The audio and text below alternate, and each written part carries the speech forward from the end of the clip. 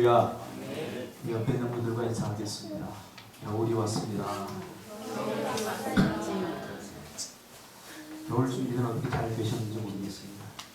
군대 있을 때는 겨울 되기 전에 항상 겨울을 맞을 때 준비를 하고 있는데 사회로 나오니까 겨울을 맞을 준비가 특별히 필요 없는 것 같습니다.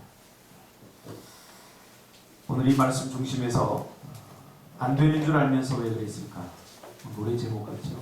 안 되는 줄 알면서 왜 그랬을까? 제가 동사고등학교를 다녔는데 야구 응원을 참 많이 다녔어요.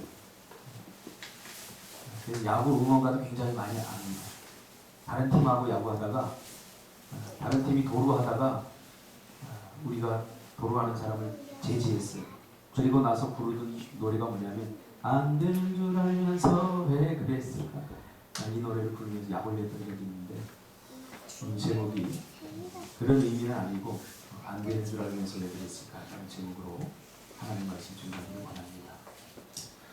우리가 전도를 해보려고 조금이라도 생각하고 힘수가 있어본 사람들이라면 한결같이 전도가 내 마음대로 내 뜻대로 잘 되지 않는구나 하는 것을 느꼈을 것입니다. 그래서 선뜻 전도를 하자 그러면 기대보다는 두려움이 먼저 생기는 이유가 내 마음대로 내 뜻대로 잘 되지 않기 때문입니다. 이 교회에 한번 가자 그러면 아주 예민하게 반응을 하는 것을 보게 됩니다. 죄짓자, 사기치자 그래도 아마 이런 예민한 반응을 없을 정도로 예민하거나 또는 아예 교회 가자 그러면 무관심한 것을 보게 됩니다. 너나 잘 믿어라. 또는 교회 가자 그러면 교회의 헌당과 목사들의 행태에 대해서 이야기하면서 비아냥거리는 것을 우리가 듣게 됩니다. 또는 다른 약속에 비해서 교회 가자라는 약속은 번번이 어겨지기 마련입니다. 약속을 잘 지키는 사람도 다른 약속에 비해서 교회 가자 이 약속은 구속력이 그렇게 있는 것 같지도 않습니다. 그저 한마디 하면 됩니다. 늦게 일어나서 못 갔어. 그래 내가 오늘 교회 가기로 했지 잊어버렸어. 엄마하고 목욕탕 가더라고. 그렇게 중요하지 않는 그 사소한 약속보다도 어찌 보면 교회에 가자라고 하는 약속은 너무나 쉽게 어겨집니다. 평소에 약속을 잘 지키던 사람도 조그만 약속 하나 어겼을 때 그렇게 미안해하면서 조그만 사소한 약속도 잘 지키는 사람도 교회에 간다라고 하는 약속을 어기고는 그렇게 미안해하지 않는 것을 우리가 발견하게 되죠. 종합해 보면 교회 가는 것을 그렇게 중요하게 생각하거나 관심이 있는 일이 아니다. 어떻게 보면 내 취미보다도 더 못한 것이 교회 가는 약속이다. 그렇게 사람들은 생각하고 있는 것 같습니다. 이런 현실 속에서 그들을 설득하고 달래고 온갖 방법을 다 동원해서 비위를 맞추고 야 교회 제발 한번 가자 이렇게 빌어도 옳지 말지인데 주님은 오늘 본문에서 뭐라고 말합니까? 강권하여 데려다가 내 집을 채우라 이렇게 말합니다. 무슨 말이죠? 안 오면 강압적으로 강제적으로라도 데리고 오라 말이죠. 도대체 불가능한 일이죠. 요즘처럼 개인주의가 팽배하고 또 자유를 좋아하는 사람들이 심지어 나 아닌 가장 가까운 부모의 간섭조차도 싫어하는 그런 현실 속에서 누군가 강제적으로 자신의 범주를 침해하고 또 억압적으로 뭔가를 요구한다고 해서 그들이 들어줄 리 만무한 일입니다. 그렇다고 그들이 가지고 있는 생각이 교회에 온다고 교회 한 번 온다고 내 인생이 바뀌는 것도 아니고 나에게 큰 유익이 되는 것 같지도 않다라고 생각하기 때문입니다. 그런 현실 속에서 강권하여 내 집을 채운다는 것은 그렇게 하라는 주님의 이 말씀은 불가능하게만 느껴집니다. 그런데 주님은 안 되는 줄 알면서 왜 뻔히 안 되는 줄 알면서 강권하여서라도 내 집을 채우라 라고 말했을까? 오늘 참 궁금한 게 있어요. 오늘 본문을 보면서 정말 강권하여 내 집을 채우라 그렇게 말을 하고 그 다음에 그 잔치집이 강권하여져 사람들이 채워졌는가 안 채워졌는가 그것은 말하고 있지 않다는 거예요. 그래서 궁금해요. 만약에 성경에서 강권하여 내 집을 채우라 그랬다면 사람들이 가서 강권하여 잔치집을 꽉 채웠다. 이렇게 결말이 나면 우리도 좀 힘을 얻겠는데 그냥 주님의 말씀으로 끝나버립니다. 강권하여 내 집을 채워라. 여기서 끝나버립니다. 오늘 본문에 보면 하나님 나라에서 떡을 먹는 자는 복되도다 라고 알 수 없는 그런 말을 한 후에 예수님은 다음과 같은 비유를 합니다. 어떤 사람이 큰 잔치를 배설하고는 많은 사람들에게 초대장을 보내어 사람들을 초청하게 됩니다. 어제도 우리 장로님 둘째 아들 결혼식을 하는데 참 엄청난 사람들이 많이 왔고요. 초청을 했는데 그 청함에 반응을 한 사람입니다.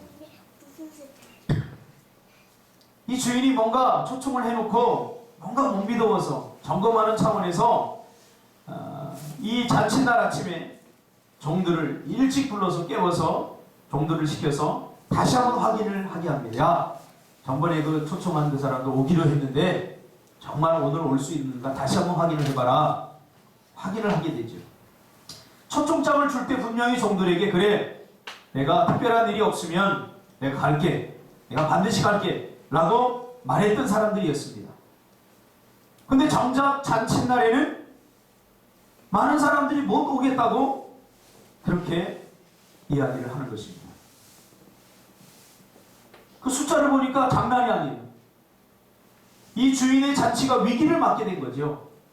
손님도 없는 잔치를 여러분 어떻게 치를 수 있겠습니까? 손님이 없는 잔치 상상이나 해보셨습니까? 어제 손님들이 가득 차니까 참 좋더라고요. 그래서 우리도 빨리 가서 빨리 먹고 나가자. 손님들이 계속 오려니까 우리 빨리 먹고 자리 비워주자. 손님이 많으니까 뭐 잔치집 같아요 진짜로. 근데 여러분 텅텅 빈 잔치집을 여러분 상상해 보셨습니까? 주인은 위기를 맞은 거죠. 잔치집에 텅텅 빈다는 것은 주인의 망신이고 주인의 무능력이죠. 그런데 오지 못하는 사람들의 이유를 들어보니까 다양해요. 오늘 본문에는 나는 밭을 사서 불가을 밭에 나가 보아야 하겠다. 그러니 잔치집에 못 간다. 왜 하필이면 잔칫날? 먼저 약속을 잡아놓고는 왜 잔칫날? 밭에 나가는 것. 잔치집에 가서 참여하고 나서도 충분히 밭에 갈 수 있는 그렇게 중요한 일이 아닌데 먼저 한 약속은 대수롭게 생각하지 않고는 나는 밭에 나가서 일이 되기 때문에 못 가겠다. 이렇게 이유를 대면서 못 가겠다고 합니다. 내일이 아무리 작게 보여도 다른 사람의 큰 일보다 내일이 더 중요하다는 거죠. 다른 사람의 그 잔치쯤이야 나하고 별로 상관이 없다. 나의 이 잔치가 나의 사소한 그 평범한 일상을 깨는 것을 용납하지 못하겠다는 거죠. 또 다른 사람은 나는 소를 5겨리를 사서 이 소들이 정말 밭을 잘 갈 수 있나 없나 한번 시험하러 가야 되니까 못 가겠다는 거죠. 갑자기 해야 할 일이 생각난 거죠. 또 한 사람은 나는 장가들을 쓰니 가지 못하겠다. 가만히 보면 장가 든 것하고 잔치집에 가는 것하고는 전혀 상관이 없습니다. 이미 장가 들어서 신혼의 달콤함에 빠져서 그 신혼의 달콤함을 즐겨보겠다는 거죠. 잔치집에 참여하는데 이 아주 작고 사소한 평범한 일상조차 포기하지 못하겠다는 거죠. 이것은 뻔한 거짓말이고 핑계와 변명을 대는 것이죠. 이 말은 예수님이 비유적으로 말씀한 거지만 예수님의 비유는 그 당시의 사회상을 그대로 반영합니다. 그 당시의 사람들에게 보통 늘 있을 만한 그런 이야기를 예수님은 비유로 이야기하고 있는 거죠. 그래서 모든 사람들이 이 이야기를 들으면서 희죽희죽 웃으면서 맞아 그래 그렇게 반응을 하게 되는 거죠. 무슨 수를 써서라도 안 가려고 하는 사람들이죠. 사실 뭐 잔치하고 소결의를 사서 뭐 시험하고 뭐 장가가고 그거하고 잔치집 가는 거는 전혀 상관이 없어요. 근데 이 사람들은 어떻게 해서든지 가지 않으려고 말도 안 되는 핑계를 대고 있는 거죠. 아마 예수님께서 이 비유를 말씀하실 때 이 비유를 듣던 대부분의 청중들은 한 번쯤 잔치집에 초청을 받고 이런 핑계를 대범직한 그런 핑계들입니다.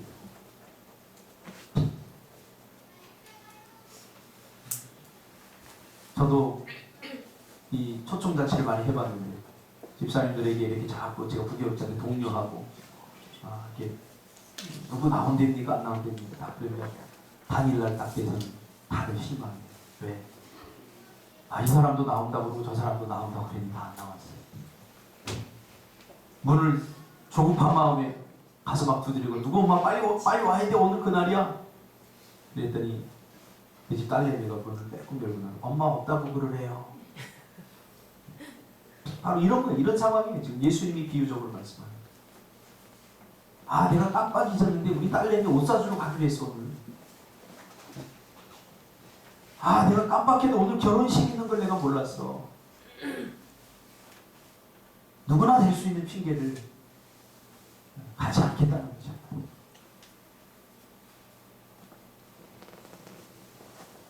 차라리 잠을 자는 것이 더 유익하다 교회 가는 것보다 그런 생각을 가지고 있는 사람들에게 감고 나여 데려온다는 것은 여러분 불가능하죠? 힘든 겁니다. 그런데 주님은 감고 나여 데려라 이렇게 말합니다. 거듭해서. 그래서 집주인은 대노를 하게 되는 거죠. 극대노를 하는 거죠. 오늘 주인이 노했다 이 말은 헬라어에서 최상급 더 이상 표현할 수 없는 대노를 하고 있는 것을 보게 됩니다. 그래서 다급하게 이 주인이 수습을 합니다. 빨리 가서 시내에서 잔치에 참여할 자격이 없는 자들, 다시 말하면 가난한 자들, 몸 불편한 자들, 옛날 성경에는 병신들 이렇게 되어 있습니다.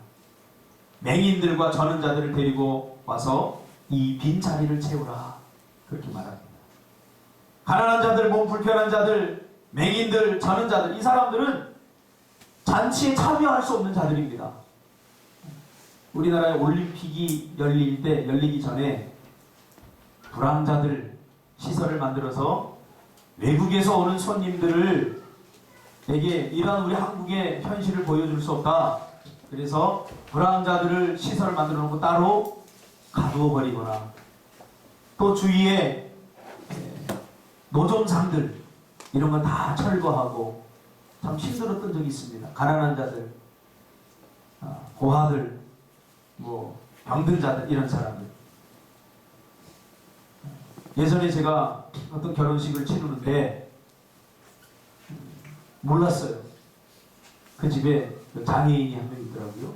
근데 그 집은 굉장히 잘 사는 집이에요. 그런데 수근거리는 소리를 들었어요. 쟤는 왜 왔어? 우리 집안 망신이야. 친척들끼리 하는 얘기. 그러니까 가난한 자들, 몸 불편한 자들, 맹인들 이들은 잔치에 참여할 자격조차도 어쩌면 평생에 한 번도 잔치에 누군가가 초청을 받아보지 못한 사람들 그런 사람들이라도 데리고 와라 그러면서 그들을 초대하게 됩니다.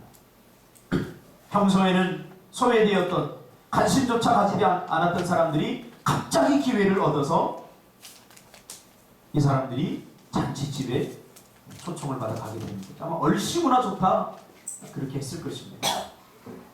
그런데 그렇게 해서 자리를 채웠는데도 자리는 여전히 비워지게 됩니다. 여전히 많은 자리가 비워졌습니다. 그러니까 주인이 이번에는 극약 처방을 합니다.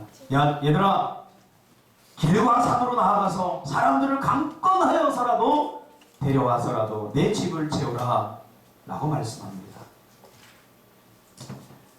궁금하지 않습니까? 사람들이 왜 도대체 잔치집에 응하지 않았을까? 왜 그 잔치 이 주인의 심정을 헤아리지 못하고 자기의 사소한 그 일상 하나라도 포기하지 못하고 취미보다 못하게 생각했을까?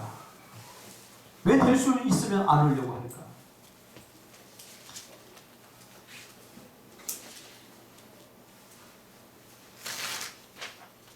강권하다 이 말은 강제로 억압적으로 그런 말. 비로도 안 오는데 강제적으로 하면 오겠습니까? 하빈이가 매주 나오는데 나오기 싫을 때 야, 이놈의 새끼야! 너 구원받아야지! 억지로 끌려온다고 하빈이가 오겠습니까? 아마 하빈이가 여기 오기까지는 보람이의 물밀 작업이 많았을 듯 합니다. 좋은 맛있는 과자도 사주고 욕하고 싶지만 참고. 왜 잔치에 강제성이 필요할까요? 이 잔치에 강제적으로라도 사람을 데려와야 할 이유가 무엇일까요? 왜 이런 반응을 보일까? 부터 한번 생각해 볼까요? 무관심이죠. 관심 별로 없어요. 아주 작고 사소한 관심조차 보이지 않는 이유는, 무관심한 이유는 그들의 영이 죽었기 때문에.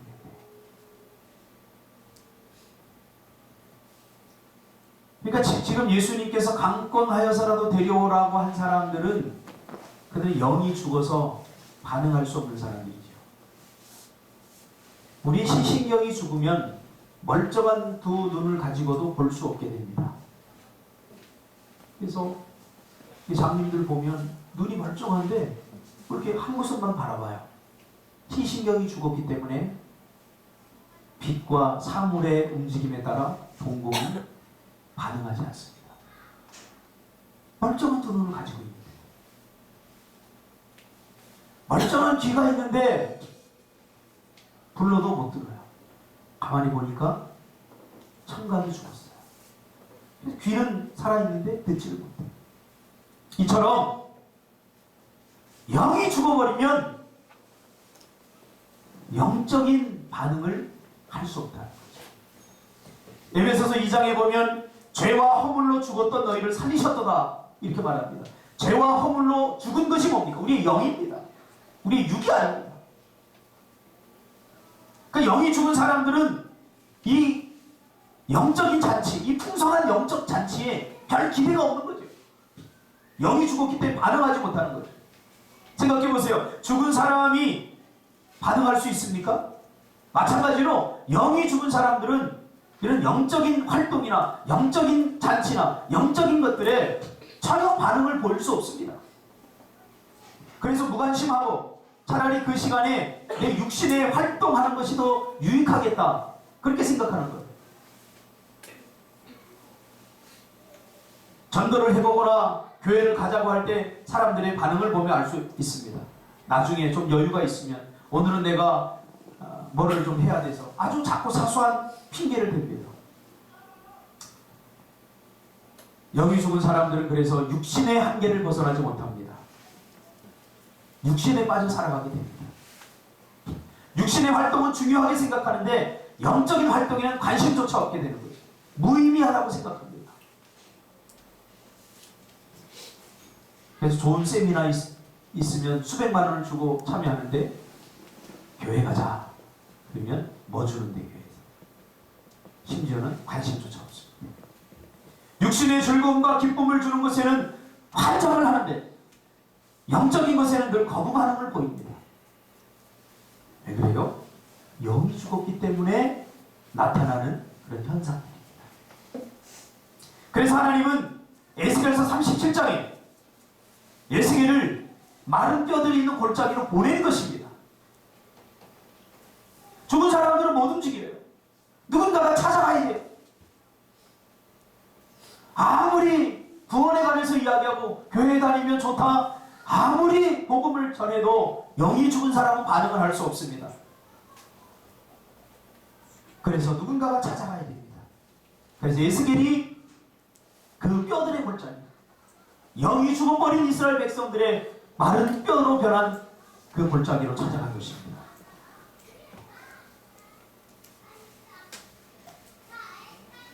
여러분, 죽은 사람을 보고 한번 이야기해보세요. 야, 교회 올래? 야, 교회 가면 참 좋아. 우리 교회 너무너무 좋아. 아무 반응을 못할 것입니다. 그러니까 죽은 사람이 반응하는 것을 기대하는 것은 잘못된 거죠. 아, 그래, 니네 교회 좋아? 내가 한번 가볼까? 이런 사람은 그래도 괜찮은 사람이에요. 아까도 제가 얘기했듯이 비아냥된다거나 아주 사소한 가치 없는 자기의 잠을 좀 더 잤으면 좋겠다. 나 딸하고 내가 너 옷 사러 가기로 했다. 나 잔치집 가야 돼. 다 핑계를 댄 거야.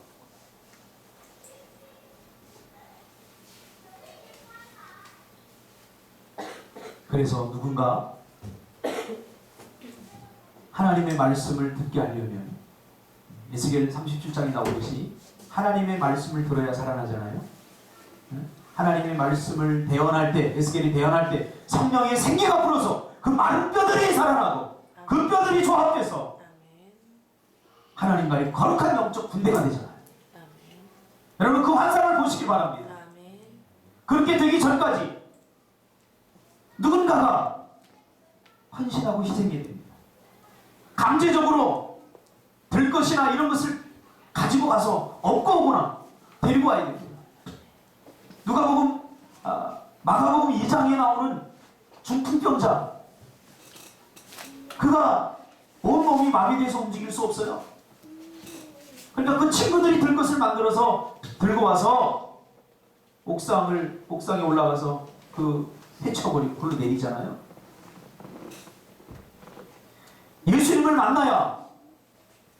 만날 수 있는 자리로 와야, 예수님의 음성을 들을 수 있는 자리로 와야 음성을 듣고 그가 살아나는데 그에게는 그런 능력조차 상실해버린 거예요. 영이 죽었기 때문에. 그런 것을 상징적으로 보여주는 것이 바로 중풍병자와 몇 명의 친구? 아무튼 있어요. 그 친구 잘 만나요. 억지로라도 데리고 와야 돼요.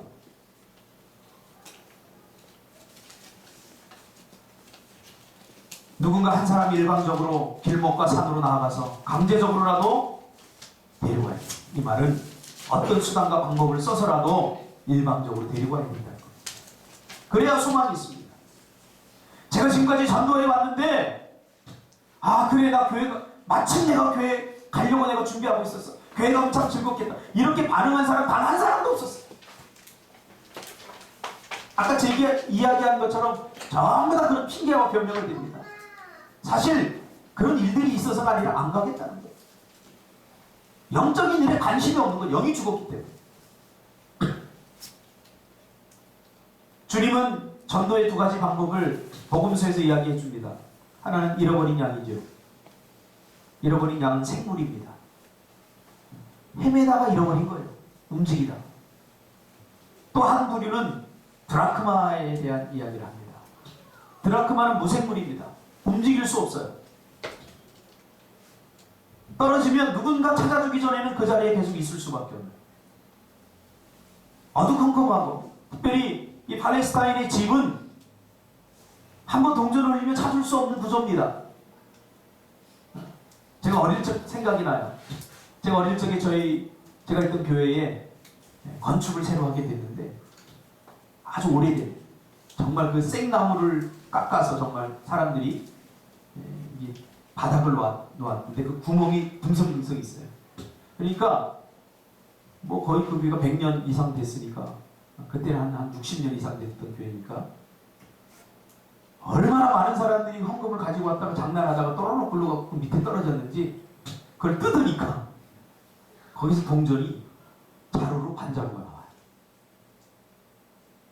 만약에 뜯지 않았다면, 누군가 찾았지 않았다면 찾을 수 없는 동전들이었죠. 그러니까 다 유통기한이 지나갔어요. 옛날 동전. 제가 보지도 못한 옛날 동전도 있고 역전 비슷한 그런 동전도 나와요.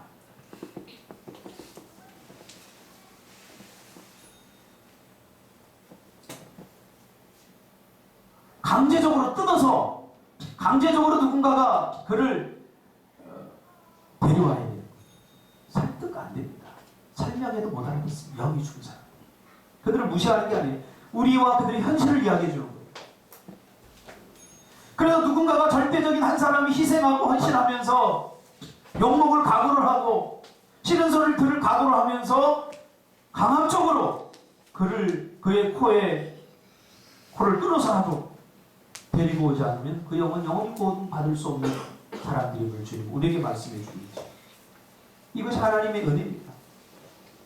이것이 주님이 우리에게 보여준 은혜입니다. 여러분, 우리 스스로 죄인된 우리가, 영이 죽은 우리가 우리 스스로 어느 날 갑자기 교회 다녀야 되겠다. 어느 날 갑자기 산을 보니까 이 산은 하나님께서 만드시지 않으면 안 돼. 우주를 가보니까 정말 하나님이 있는 것 같아. 그러면서 하나님을 찾은 역사는 단 한 번도 없습니다. 그렇게 말하는 사람들은 다 영이 살아있는 사람들. 우리가 자발적으로 자기 스스로 하나님을 찾을 수 없는 우리를 하나님께서 긍휼히 여기시고 불쌍히 여기셔서 그 은혜를 인하여 믿음으로 말미암아 우리를 찾아오신 것입니다. 우리에게 찾아와서 어떻게 했습니까? 설명했습니까? 야, 너희들 나를 믿어야 돼. 나를 믿어야 한 건 얻을 수 있어. 제발 믿어줘. 설명하고 설득하고 그렇게 했습니까? 아닙니다. 선포했습니다. 어떻게 보면 복음 선포는, 예수님의 복음 선포는 강압적이고 강제적인 것입니다. 복음, 좋은 소식이지만 이게 반드시 어떤 사람들에게, 영이 죽은 사람들에게 좋은 소식만은 아닙니다. 그렇죠? 너를 부인해야 된다. 자기 십자가를 져야 된다. 이게 좋은 소식입니까? 자기를 부인하고 자기 십자가를 주고 우리가 무엇을 얻는가, 이것을 깨달은 사람만이 복음이라고 하는 것은 복된 소식이죠. 그러므로 하나님이 우리에게 보여준 사랑은 일방적인 헌신이고 일방적인 사랑입니다. 어떻게 보면 강압적이고 우리에게 선택권이 있는 것이 아닙니다. 우리를 너무나 사랑하기에 우리를 그냥 들쳐업고 나온 거죠. 에베소서 2장 8절을 보면 너희가 그 은혜를 인하여 믿음으로 말미암아 구원을 받았으니 이것이 너희에게서 난 것이 아니요 하나님의 선물이라. 일방적이다. 우리 어떤 행위, 자발성이 들어간 게 아니라 그 다음 행위에서 난 것이 아니니 이렇게 말합니다. 무슨 말입니까? 나의 어떤 반응이나 어떤 육신적인 공로 이런 것이 아니라. 영이 죽은 사람들은 복음의 긴박성에 대해 잘 모릅니다. 오늘 잔치인데, 잔치가 임박했는데, 잔치날 아침인데 긴박하죠. 이건 하나님만이 가지고 있는 거예요. 또 영이 살아난 사람만이 이 복음의 긴박성을 가지고 있어요. 어제 전화를 받았는데 저희 작은 어머니가 돌아가셨더라고요. 제가 3일 전에 통화했거든요. 전날 통화했거든요. 전날 아주 밝은 목소리로 통화를 했는데 어제 갑자기 돌아가셨다고. 참 묘해요. 그래서 제가 평소에 작은 어머니하고 잘 통화를 안 하는데 와서 이런 저런 이야기를 하는데 제가 낌새가 이상해요. 참 우리 영적인 존재라는 게 이게 보통이 무슨 일이 있는 것 같아요. 그래서 제가 다시 전화를 했어요. 작은 어머니 무슨 일이 있습니까? 아니 아무 일도 없어. 그래서 우리 아들들, 사촌들 신앙생활 잘하도록 기도 좀 해주세요. 저한테 꼭 존댓말 하거든요. 목사님 꼭 우리 창섭이하고 우리 저기하고 꼭 신앙생활 잘할 수 있도록 그렇게 기도 좀 많이 해주세요. 그래서 전화했어요. 그리고 하루가 지나서 제가 그 소리 들었어요.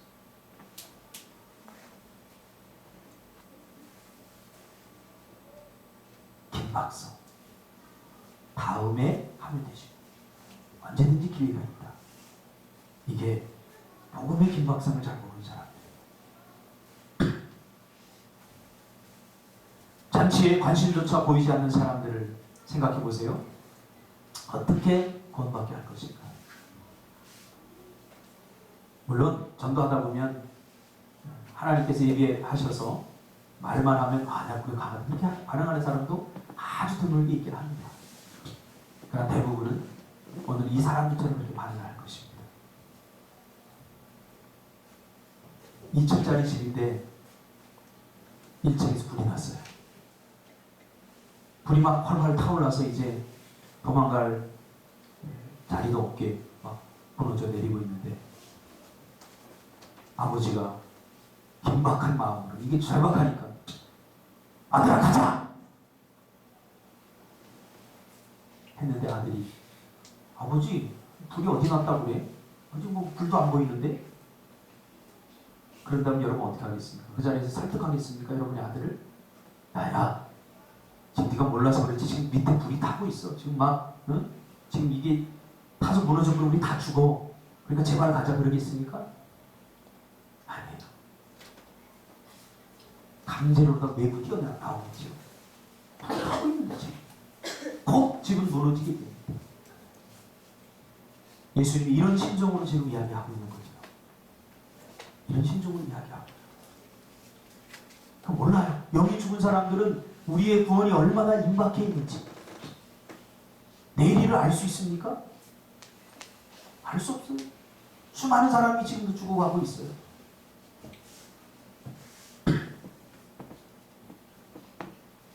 그래서 영적으로 죽은 한 사람을 살리기 위해서는 또 다른 한 사람이 이런 복음의 절박성을 가지게 됩니다.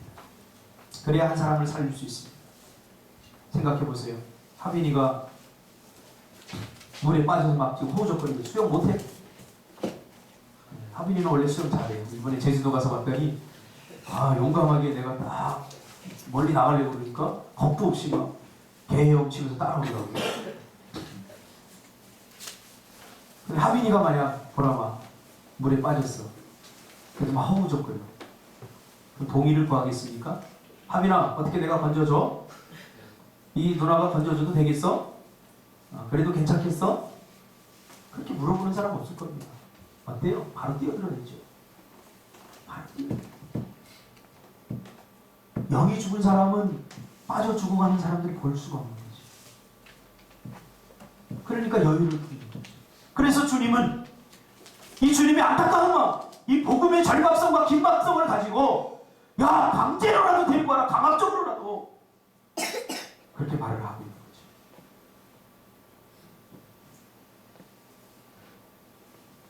그래야 생명의 기쁨의 잔치의 맛을 볼 수 있게 되죠. 다윗이 아들에게 배신당하고 왕자에서 쫓겨나죠. 블레셋 왕 앞에서 서게 됩니다. 생각해보세요. 얼마나 부끄러운 일입니까? 자기 땅에서 쫓겨나서 이제 적에게, 블레셋 적이잖아요. 적에게 자신의 생명을 맡겨야 되는 처량한 처지가 된 거예요. 그리고 아비멜렉 앞에 딱 섰는데 부하들이 뭐라고 하냐면, 야 왕이시여, 저놈은 살려두면 안 됩니다. 우리 블레셋 예전에 골리앗도 죽이고 우리의 적입니다. 반드시 죽이지 않으면 또 우리 블레셋 저에게 당할 것입니다. 그러면서 아비멜렉 왕을 부추겨가지고 다윗이 거의 죽게 됐습니다. 이제 끝이야. 그래? 그러면 죽여야 되겠지. 그럼 거의 이제 죽게 됐어요. 이제 살 소망이 없어요. 근데 하나님께서 그 긴박한 순간에 그 죽음의 위기에 인사이트를 주셔서 갑자기 미친 짓을 하게 됩니다. 침을 질질 흘리면서 헛소리를 막 짓거리는. 그걸 딱 보더니 아비멜렉이, 얘들아 저 미친놈이 뭘 할 수 있겠냐. 너희들 봐, 저 침 흘리는 것 봐. 저 왕이 수염에 막 침이 질질 흘리고 막 헛소리를 해야 되잖아. 전혀 우리에게 위협이 될 수 없으니까 그냥 내쫓아라. 그래서 그 극적인 위기에서 살아나는 거예요. 시편 34편에 그때 그 쫓겨나면서 그 거의 죽었던 그가 죽음의 위기에서 살아나고서 하나님께 쓴 시가 있는데 시편 34편에 이렇게 고백합니다. 하나님의 선하심을 맛보아 알지어다. 하나님이 우리를 위기 가운데 구해준다는 거 말로만 머리로만 아는 사람들은 몰라요. 맛봐야 돼요. 잔치도 마찬가지예요. 잔치에 직접 가서 그 잔치에 참여해본 사람, 구원의 감격과 기쁨을 누려본 사람만이 하나님께서 나 같은 것, 정말 가치 없는 것 것, 누가 알아주지 않는 나 같은 죄로 말미암아 죽을 수밖에 없는 나를 일방적 사랑과 그 복음의 긴박성을 가지고 나를 살렸다는 이 사실을 모르는 사람, 이 감격이 없는 사람은 전도하자 그러면 그냥 부담 정도로 알겠지. 오직 영이 살아있는 사람만이 하나님의 선하심을 맛보할 수 있습니다. 맛을 모르면 어떻게 됩니까? 맛보게 해주는 사람이 있어야 됩니다. 강제적으로. 저는 맛있는 걸 먹고 나면 꼭 사랑하는 사람들에게 그것을 맛보여주고 싶어요. 근데 제가 집사람에 가끔 이거 참 맛있더라 먹으니까 가자 그러면 나 그거 별로 안 좋아하는데 내 체질이 아니야. 나 개고기 안 좋아해. 거부합니다. 맛도 보지 않고 이미 머릿속으로 다 생각해. 나 원래 안 좋아했어. 그럼 어떻게 합니까? 제가 차에 다 강제적으로 데리고 먹어보고는 이렇게 맛있는데 천장으로 끓여 천장만을 끓여. 운동을 하자고 제가 합니다. 지금은 요거 운동하면 참 기분도 좋아질 거야. 졸리니까 잘래. 피곤해. 제가 억지로 끌고 갑니다. 대공원 가서 그 자연을 보면서 걸어가면 뒤에서 따라와서 그런 얘기를 합니다. 당신 이야기를 참 잘했어요. 정말 진짜 뜨는 거야. 맛보니까. 배 집사가 냉면을 싫어했습니다. 냉면집에 가자고 그러니까 목사님 배 집사가 좀처럼 거절을 잘 안 하는 사람인데 냉면은 저는 안 좋아합니다. 굳이 가자면 제가 가겠습니다. 제가 몇 번 들여서 맛보게 했더니 이제는 나 없이도 지가 혼자 가서 아버지 동행해서 그 맛없다고 했던 냉면을 저 잡수시고 계십니다. 왜? 맛보았기 때문에. 땡기죠 가끔. 땡기니까 맛보지 않았을 때는 에이 냉면 뭐가 맛있어 그러는데 한번 맛보고 나니까 이게 땡겨. 이 사람들이 왜 잔치를 거부했을까요? 맛보지 못했기 때문에. 그래서 누군가가 절대적인 헌신을 맛보게 됩니다. 여러분 우리 한번 함께 맛보게 하는 사람 되지 않겠습니까? 설득하다 실패한 사람들, 설명하다 실패한 사람들 보니까 감동적이에요. 우리 청년들이 그 한 영혼을 구원하기 위해서 어제도 그렇게 현선이 약속을 해놓고는 금요 심야기도에 참여하고 가야 돼서 1시간을 막 늦게 가면서도 늦게 만나서 저녁을 내 돈 주고 사 먹으면서 오게 하는 거. 이게 다 강권 아닌 거예요. 그냥은 안 되니까. 네? 그냥 야 와봐. 돈 못 받으면 너 손이지. 그렇다고 오는 사람이 있어요? 없어요. 맛보게 해야 합니다. 우리가 이 땅에 존재하는 이유가 바로 그겁니다. 먼저 맛본 우리가 이 맛본 감격을 가지고 또 다른 누군가를 맛보게 해야 하는 잔치의 그 풍족함과 기쁨과 감동을 맛보게 해야 하는 영이 죽은 사람들은 별 기대가 없어요. 두려워보세요. 그러므로 우리의 사명은 다하는 맛보게 하는 일에 여러분 최선을 다하시기를 주님의 이름으로 축복합니다. 기도하겠습니다.